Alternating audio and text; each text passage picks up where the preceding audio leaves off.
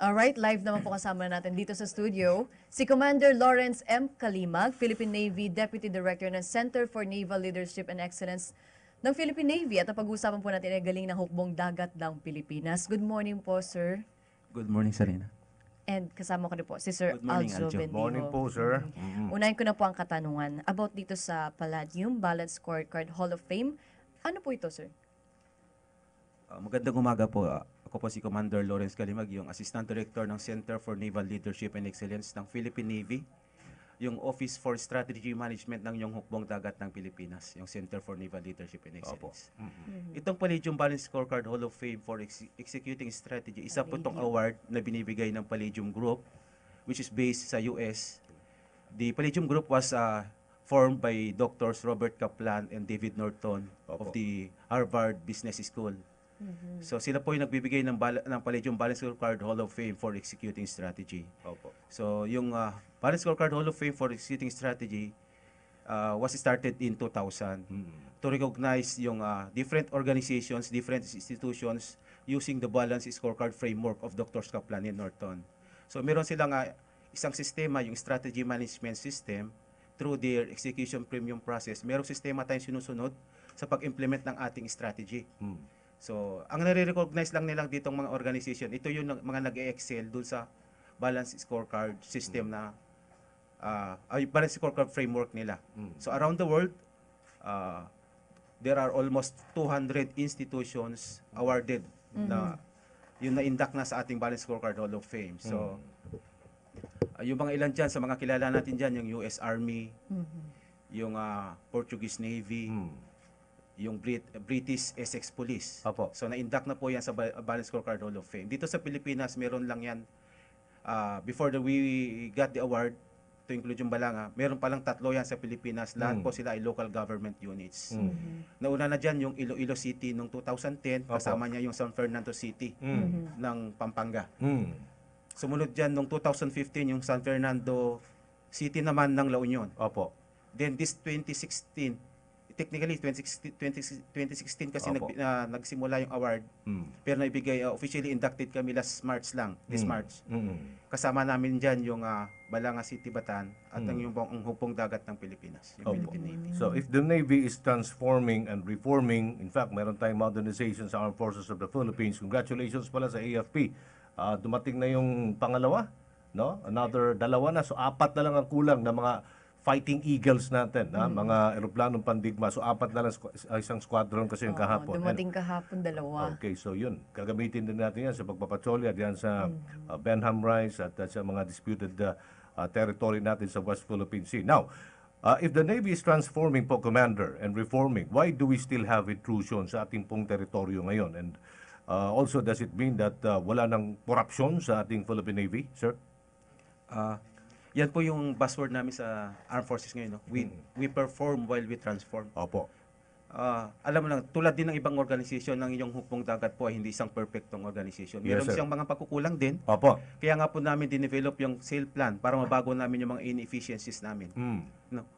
We align our systems, we improve how we do things. Opo. Pati yung mga sistema na luma na binabago namin, pati mga doktrina namin, ina-update namin yan para maging updated sa mga kasalukuyang panahon. Aha. So, though malayo pa ang aming tatahakin, Opo. as we all know, yung coastline ng Philippines is 36,000 kilometers. So, napakahaba po niyan para i-cover ng yung Philippine Navy. Sabi ko nga, we perform as we transform. So, yung Philippine Navy nyo ay kasalukuyan po nagtatransform. Yung mga assets pa namin, yung iba dumating na. Opo. So, kulang pa. Siguro pagdating ng panahon, pag dumating ng mga talagang mga capabilities natin, saka namin masasabi na Mas importante ba mababawasan. mga barko kaysa sa eroplano o eroplano kaysa sa mga barko? O both? Both. Both. Both. Kasi yung inyong Philippine Navy, meron din siya mga eroplano. Kung maalala nyo, just 2 days o 3 days ago, dumating yung TC-90 natin. Yung from Japan. Sa Makakatulong yan sa maritime surveillance Yung natin. 3? 2 pa lang. 2 pa lang. Okay. Nakakaramdam ba kayo ng pressure? I mean, paano rin na-handle? If kung meron kayo naramdam ng pressure, lalo na kasi binibigyan kayo ng mga gamit, modernization, tapos ganito mga issue about sa teritoryo, paano nyo na-handle yung mga ganun? Lalo na yung tiwala namin talaga nasa inyo, sir. Talagang mabigat yung nakaatang na responsibilidad sa inyong hubong tagat. No? Pero alalahanin natin yung Philippine Navy is just a force provider. Kami lang po yung nagbibigay ng mga barko, Opo. ng mga batalyon ng Marines. Binibigay po namin yan sa Unified Commands Opo. ng AFP. So sila po yung nag-employ niyan, sila po yung gumagamit niyan, yung mga binibigay namin na barko. Okay. Sige. Commander, mamaya babalikan ka namin ha. Babalikan ka namin. Balikan natin si Okay. Commander. Commander Kalimag, going back dun sa Palladium Balance Scorecard, ano yung impact nito sa Navy? O kumbaga ano yung meaning nito para po sa inyong institusyon, sir? Of course, pride po ng Philippine Navy na na-induct po kami sa Balanced Scorecard Hall of Fame. Pero hindi lang po namin karangalan ito. Karangalan po ito ng buong Armed Forces of the Philippines, ng Department of National Defense, at ng buong sambayan ng Pilipino. Hindi po ito yung katapusan ng lahat. Sabi nga kanina, we perform as we transform. Ongoing pa ang transformation ng Yes. inyong Philippine Navy. Hindi po ito matatapos ng 2020. In fact, this coming third quarter, magre-review po kami ng aming sale plan. We will align to the GHQ yung sa kanilang vision year na 2028. So, ibig lang sabihin nito na yung ang aming award ay isang pagpapatunay lang na yung Philippine Navy ay committed dun sa aming mandato na protektahan yung ating soberenya. At ibig sabihin nito na yung pinagagawa namin sa Navy ay isang Yes. patunay na lumalaki na yung trust ng aming stakeholders sa amin. Nabanggit niyo yung sale plan. Ano po yung ibig sabihin? Sale plan. Ay, yung sale plan, ito yung tinatawag namin na Philippine Navy Strategic Sale Plan 2020 o mas kilala sa tawag na sale plan. Ito po yung aming organizational development strategy. Ibig sabihin ito yung aming plano to develop internally. Ito yung long-term plans namin para magawa namin yung aming mandato ng doon sa we will so that we will deliver our mandate excellently. So Internally, ibig sabihin nun sa Sa kanila lang. internal lang sa Navy. sa organisasyon ninyo.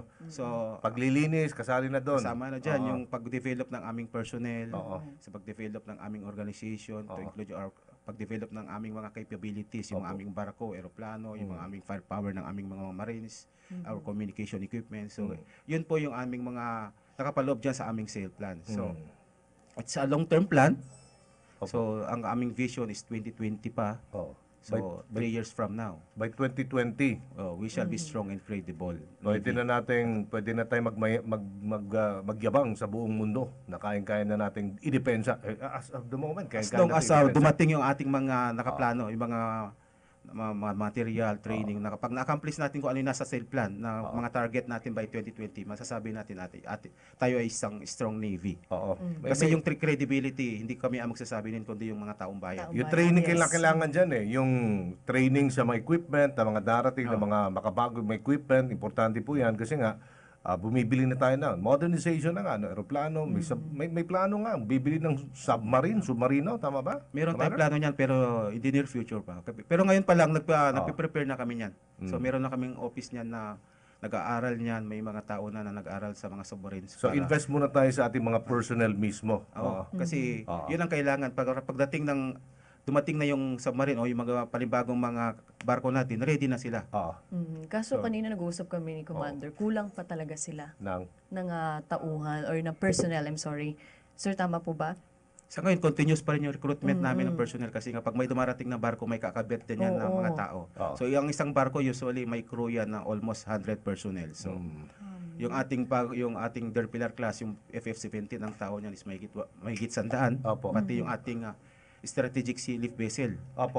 Almost mahigit 100 din ang tao niyan. So, malaki talaga ang kakulangan pa rin. Yung barko na ginamit sa Benham Rice, ilang tao yun nag-occupy nun? I think 135 ang tao nun. Okay. Sige. Thank you so much po, Commander Lawrence Kalimag of the Philippine Navy. Thank you so much and good morning po again, sir. Magandang umaga din sa Rina, maganda rin na umaga, Aljo. Okay.